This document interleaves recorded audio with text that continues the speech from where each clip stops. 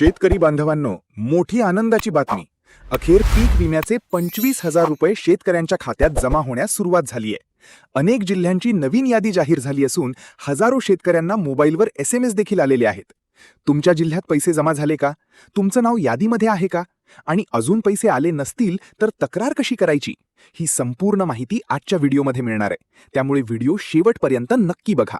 आज राज्यातील लाखो शेतकरी बांधवांसाठी एक मोठी आनंदाची बातमी समोर आलेली आहे. प्रधानमंत्री पीक विमा योजनेअंतर्गत अनेक जिल्ह्यांमधील शेतकऱ्यांच्या खात्यामध्ये तब्बल 25,000 रुपयांपर्यंतची रक्कम जमा होण्यास सुरुवात झालेली आहे.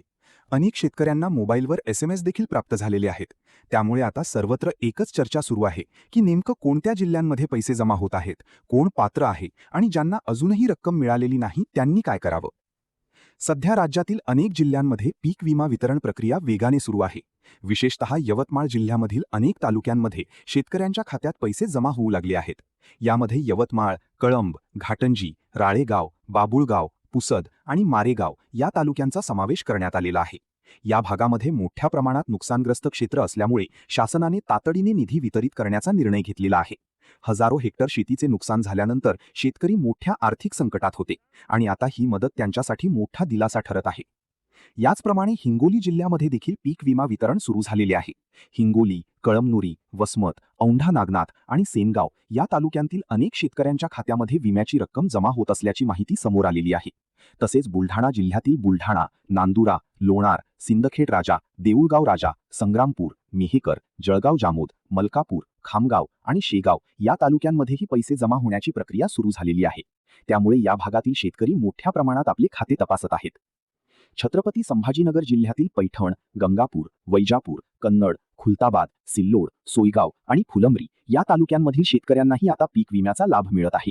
अनेक शेतकऱ्यांनी अर्ज मंजूर झाल्यानंतर बराच काळ प्रतीक्षा केली होती. अखेर आता त्यांच्या खात्यामध्ये रक्कम जमा होऊ लागल्याने समाधान व्यक्त करण्यात येत आहे.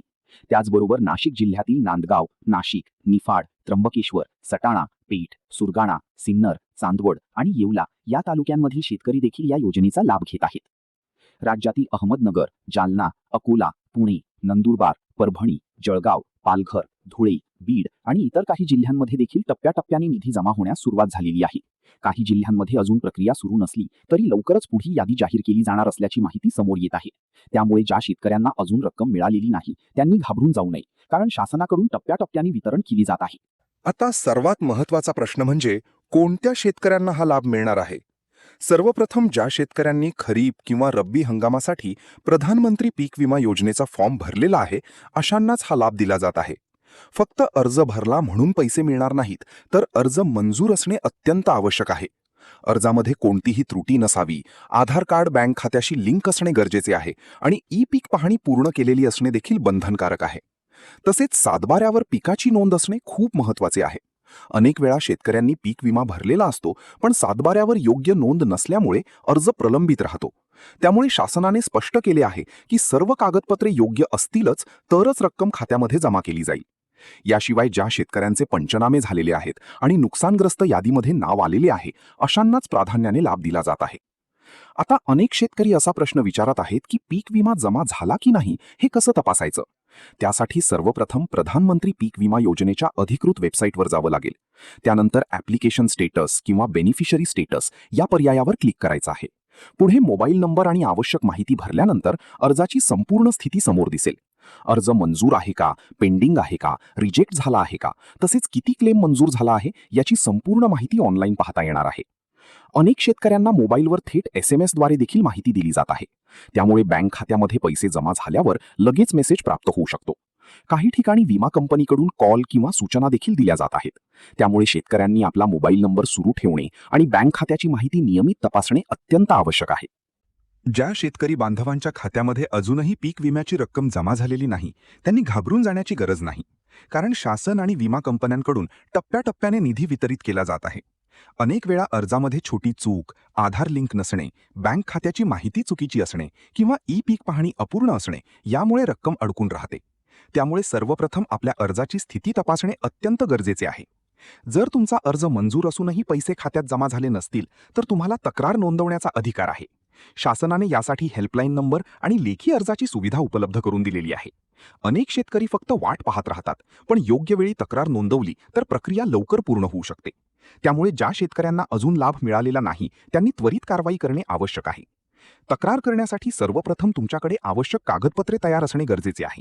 यामध्ये आधार कार्डची झेरॉक्स, बँक पासबुकची प्रत, पीक विमा भरल्याची पावती, 7/12 उतारा, 8अ उतारा आणि ई पीक पाहणीची प्रत असणे आवश्यक आहे. ही सर्व कागदपत्रे योग्य पद्धतीने जोडून तालुका कृषी अधिकारी किंवा संबंधित पीक विमा प्रतिनिधीकडे अर्ज सादर करावा लागतो. लेखी अर्जामध्ये सर्व माहिती स्पष्टपणे लिहिणे खूप महत्त्वाचे आहे. अर्जामध्ये आपले पूर्ण नाव, गाव, तालुका, जिल्हा, मोबाईल नंबर, आधार क्रमांक, बँकेचे नाव, खाते क्रमांक आणि कोणत्या पिकासाठी विमा भरलेला आहे याची माहिती द्यावी लागते. त्याचबरोबर अर्ज क्रमांक देखील नमूद करणे आवश्यक असते, कारण अर्ज क्रमांकावरूनच विमा कंपनी तुमचा अर्ज शोधून त्याची पडताळणी करते. अनेक वेळा शेतकऱ्यांनी फॉर्म भरलेला असतो पण ई पीक पाहणी पूर्ण केलेली नसते, त्यामुळे अर्ज प्रलंबित राहतो. शासनाने स्पष्ट केले आहे की ई पीक पाहणी आणि 7/12वरील नोंद या दोन्ही गोष्टी अत्यंत महत्त्वाच्या आहेत.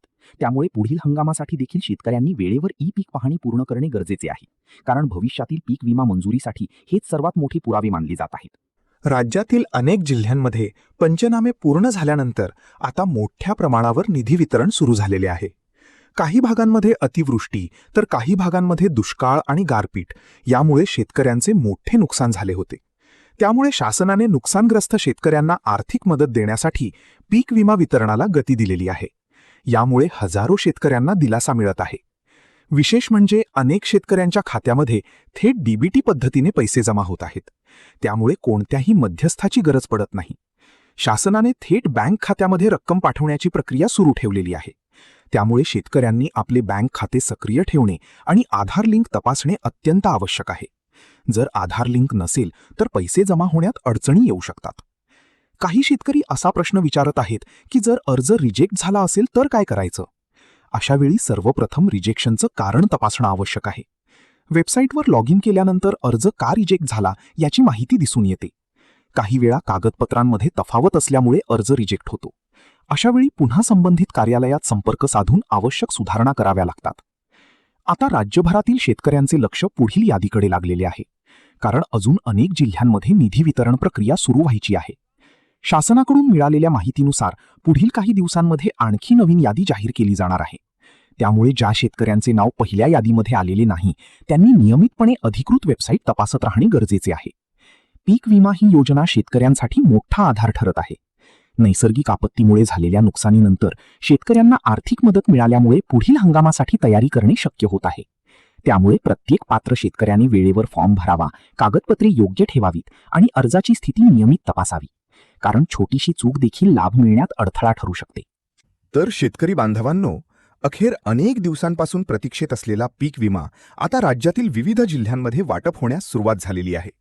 अनेक शेतकऱ्यांच्या खात्यामध्ये 25,000 रुपयांपर्यंतची रक्कम जमा होत असून पुढील काही दिवसांमध्ये आणखी जिल्हे आणि तालुके या यादीमध्ये समाविष्ट होण्याची शक्यता आहे. त्यामुळे प्रत्येक शेतकऱ्याने आपले बँक खाते, अर्जाची स्थिती आणि मोबाईलवर आलेले SMS नियमितपणे तपासत राहणे अत्यंत महत्त्वाचे आहे. ज्या शेतकरी बांधवांना अजूनही पीक विम्याची रक्कम मिळालेली नाही त्यांनी घाबरून जाऊ नये, कारण शासनाकडून टप्प्याटप्प्याने निधी वितरित केला जात आहे. तुमचा अर्ज मंजूर असेल, आधार लिंक असेल, ई पीक पाहणी पूर्ण असेल आणि सर्व कागदपत्रे योग्य असतील तर लवकरच तुमच्या खात्यामध्ये देखील रक्कम जमा होऊ शकते. त्यामुळे वेळोवेळी अधिकृत वेबसाईट तपासा आणि आवश्यक असल्यास तक्रार नोंदवा. शेतकरी बांधवांनो, अशीच पीक विमा, शेतकरी योजना, अनुदान, कर्जमाफी आणि सरकारी योजनांची सर्वात जलद आणि अचूक माहिती मिळवण्यासाठी आपल्या PM सेवा महाराष्ट्र चॅनलला आत्ताच सबस्क्राईब करा. व्हिडिओ आवडला असेल तर लाईक करा, शेअर करा आणि तुमच्या जिल्ह्यात पीक विमा जमा झाला आहे का हे कमेंटमध्ये नक्की सांगा. धन्यवाद.